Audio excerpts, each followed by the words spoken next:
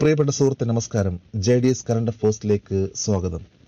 ഇന്ന് October 20 latest current അഫേഴ്സുമായി JDS current affairs. Believe in yourself. നമുക്ക് നമ്മളിൽ തന്നെ വിശ്വാസം ഉണ്ടോ എന്ന് ചോദിച്ചാൽ പലപ്പോഴും നമുക്ക് സംശയമാണ്. എന്നാൽ നമ്മൾ മറ്റുള്ളവരുടെ കഴിവുകളെക്കുറിച്ച് സംസാരിക്കാറുണ്ട്. ഓരോ വ്യക്തികളിലും കഴിവുണ്ട്.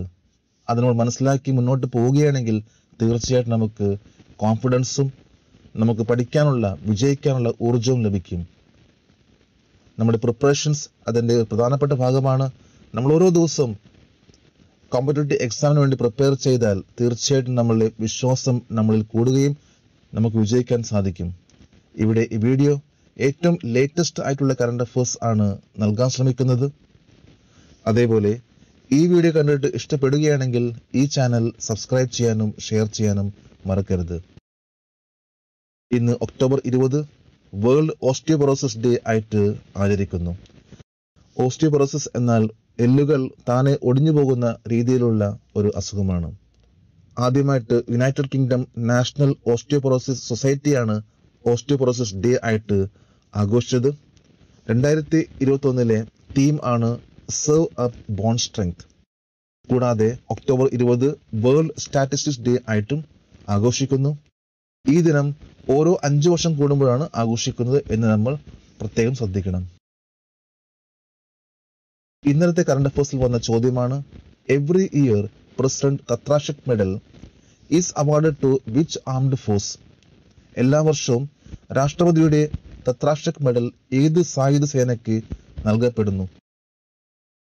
ഇതിന്റെ ഉത്തരമാണ് കോസ്റ്റ് ഗാർഡ്. ഈ ഉത്തരം കമന്റ് ബോക്സിൽ രേഖപ്പെടുത്തിയ ഓരോരുത്തർക്കും JDS കറണ്ട് അഫേഴ്സിന്റെ ആശംസകൾ. നമുക്ക് ഇന്നത്തെ ലേറ്റസ്റ്റ് ആയിട്ടുള്ള കറണ്ട് അഫേഴ്സിലേക്ക് പോകാം.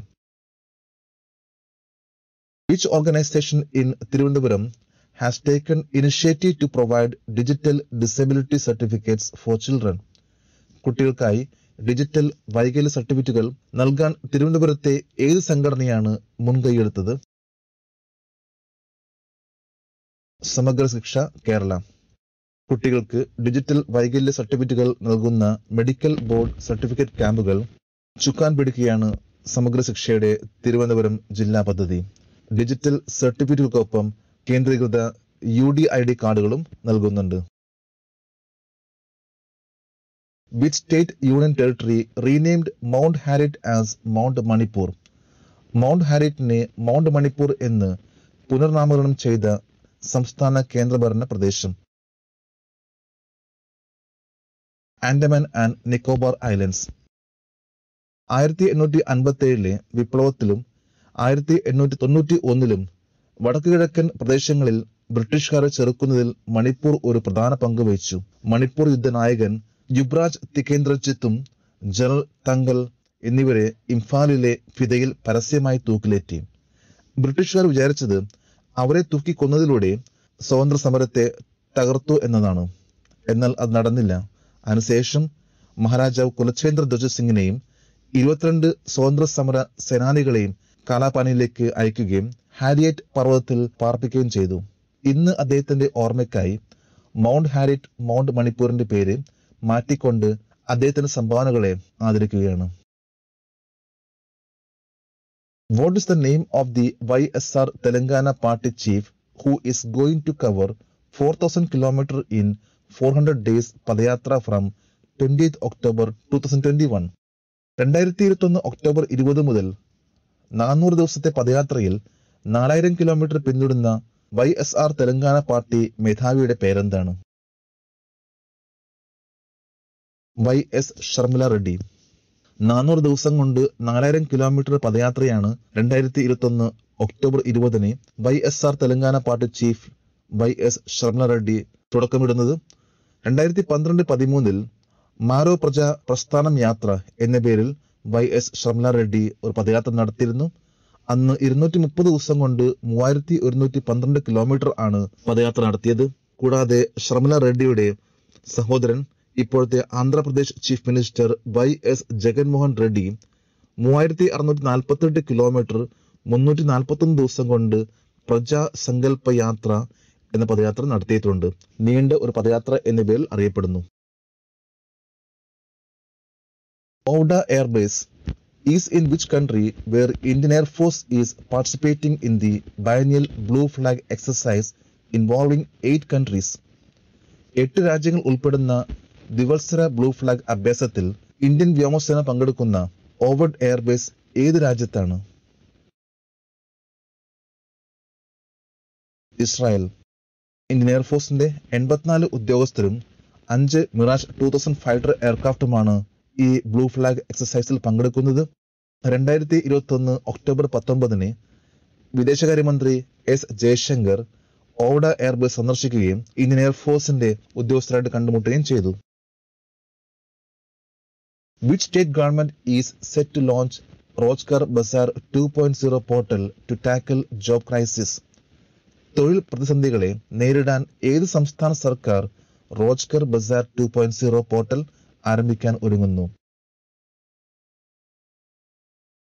ഡൽഹി ഗവൺമെന്റ്. ഡൽഹിയിലെ കേജ്രിവാൾ സർക്കാർ റോജ്ഗർ ബസാർ 2.0 പോർട്ടൽ സൃഷ്ടിക്കാൻ ഒരുങ്ങുന്നു. ഇത് എൻട്രി ലെവൽ തൊഴിൽ അവസരങ്ങൾക്കായുള്ള ആദ്യത്തെ ഡിജിറ്റൽ ജോലിക്കായി പൊരുത്തപ്പെടുന്ന പ്ലാറ്റ്ഫോമാണ്.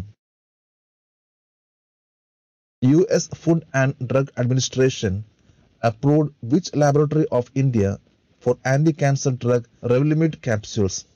US Food and Drugs Administration cancer വിരുദ്ധ മരുന്ന് റെവ്ലിമിഡ് ഗുളികൾക്കായി ഇന്ത്യയിലെ ഏത് ലാബോറട്ടറിയെ അംഗീകരിച്ചു?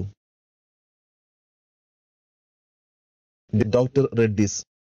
ഹൈദരാബാദ് ആസ്ഥാനമായിട്ടുള്ള ഡോക്ടർ റെഡ്ഡി ലാബോറട്ടറിക്ക് US ഫുഡ് ആൻഡ് ഡ്രഗ് അഡ്മിനിസ്ട്രേഷന്റെ അപ്രൂവൽ ലഭിച്ചു. Anti cancer drug Revlimid capsules നിർമ്മിക്കുന്നതിന്റെ ഭാഗമായിട്ടാണ്.